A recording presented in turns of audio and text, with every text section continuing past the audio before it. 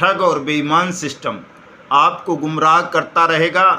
आपकी मेहनत की जमा पूंजी को इसी तरह से हड़पता रहेगा जैसे वर्तमान हालात में देश के 42 करोड़ परिवारों की मेहनत की रकम को बेईमान सिस्टम ने ठगों के माध्यम से हड़प लिया है और कानून बन जाने के बाद भी उसे वापस नहीं कर रहे। दोस्तों, कानून एक गहन विषय है, गंभीर विषय है, उसकी जानकारी हर किसी को नहीं होती है, लेकिन हमें है तो हम कानून की जानकारी आपको आम तौर पर अपने प्रत्येक एपिसोड में देते हैं ताकि आपका कानून का ज्ञान बढ़े। और जब आपका ज्ञान बढ़ जाएगा तो आपको मेरी या किसी की ज़रूरत नहीं होगी।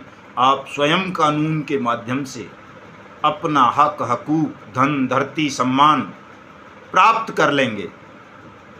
देश के प्रत्येक ठगी पीड़ित परिवार का एक कर्तव्य है दोस्तों, वो है आपके साथ जो ठगी की घटना हुई है उसकी सबसे पहले एफआईआर दर्ज कराना।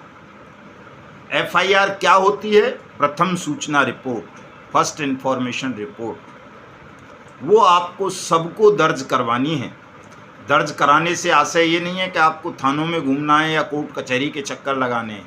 आप अगर स्पीड पोस्ट या रजिस्टर्ड डाक के माध्यम से ये एफआईआर मैंने आज ही अपनी फेसबुक आईडी पर ड्राफ्ट करके आप सबके लिए लगा दी है।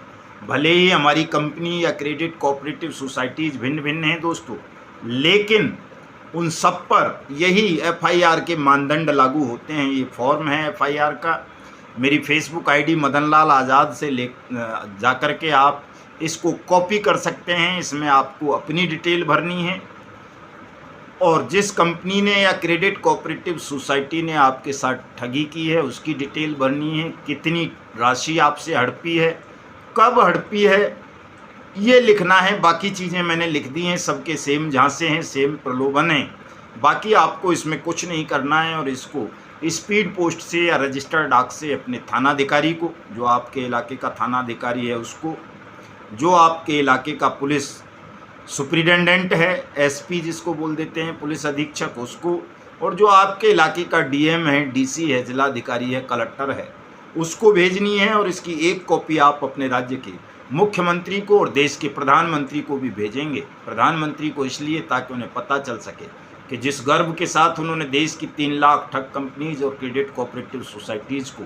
अनियमित जमा योजनाएं पाबंदी कानून बनाकर प्रतिबंधित किया है, बंद किया है, उसी गर्व के साथ अब इसी कानून के तहत अनियमित जमा योजनाएं पाबंदी कानून 2019 के तहत ही आपका सबका आपकी जमा राशि के 2 से 3 गुना भुगतान 180 दिन में करें, क्योंकि इन दोनों बातों की गारंटी ये the banning of unregulated deposit schemes act 1019 देता है। तो जिस एक्ट के तहत आपने 3 लाख कंपनीज को और क्रेडिट कोऑपरेटिव सोसाइटीज़ को बैन किया, उनकी प्रॉपर्टीज़ को अटैच कर लिया, जब्त कर लिया, उसी कानून के दूसरे पैरे के अनुसार आप प्रत्येक ठगी पीड़ित जमाकर्ता परिवार का पैसा देने के लिए भी विवश हैं।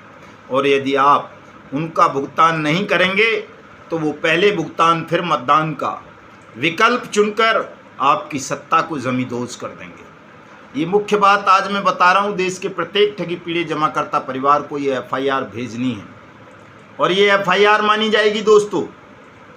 सुप्रीम कोर्ट कहता है कि कोई भी गंभीर अपराध हुआ है, गंभीर अपराध से मतलब है ऐसा अपराध जो 3 साल से अधिक सजा का व्यवस्था करता हो, ऐसा यदि कोई अपराध हुआ है तो वो उसकी कोई भी सूचना चाहे कोई भी दे दे, वो एफआईआर मानी जाएगी, रजिस्टर में एंट्री होगी, उस पर चालान फाइल होगा, जांच होगी। तो ये जो ठगी के मामले हैं ये तो अति गंभीर हैं। जो 420 की धारा है वो 7 साल की सजा का प्रावधान करती है। हालांकि मोदी सरकार ने उसको कमज़ोर कर दिया है, अब उसमें जेल नहीं जाना पड़ता। लेकिन चूंकि ये बैंकिंग के नाम पर घोटाला हुआ है, जमा योजनाओं के नाम पर आपका पैसा हड़पा गया है, आपको जीवन बीमा सुरक्षा प्रदान करने के नाम पर हुआ है, आपको मोटा रिटर्न देने के नाम पर हुआ है, आरबीआई और कहीं कहीं तो प्रधानमंत्री के फ़ोटो दिखा करके हुआ है, इसलिए इसमें आईपीसी की धारा 409 भी लग जाती है, जो अति गंभीर है, जिसमें लाइफ पनिशमेंट उम्र कैद तक की व्यवस्था है। और जब इसमें बर्ड्स एक्ट और राज्य का पीआईडी एक्ट लग जाएगा तो फिर ये गैर जमानती अति संगीन अपराध बन जाता है और इसमें किसी भी ठग को जमानत देने का अधिकार पुलिस को नहीं है। जो ये ठग खुले घूम रहे हैं आज, चाहे वो राशिद नशीम हो शाइन सिटी वाला, चाहे टोगो रिटेल मार्केटिंग वाला, डॉक्टर पीपीएस सेठी गुर्दा चोर हो, चाहे वो सुब्रत राय सहारा हो, चाहे वो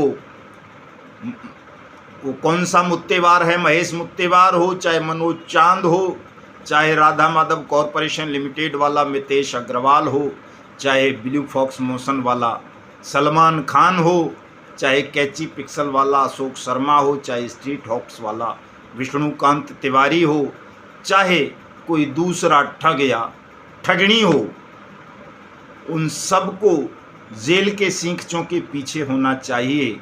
विधि सम्मत तो ये कहता है, विधि कानून ये कहता है कि उन सबको जेल के सींखों के पीछे होना चाहिए और तब तक होना चाहिए जब तक वो अपने प्रत्येक जमाकर्ता का भुगतान ना कर दें, उनकी ब्याज ना दे दें, उनको कंपनसेट ना कर दें।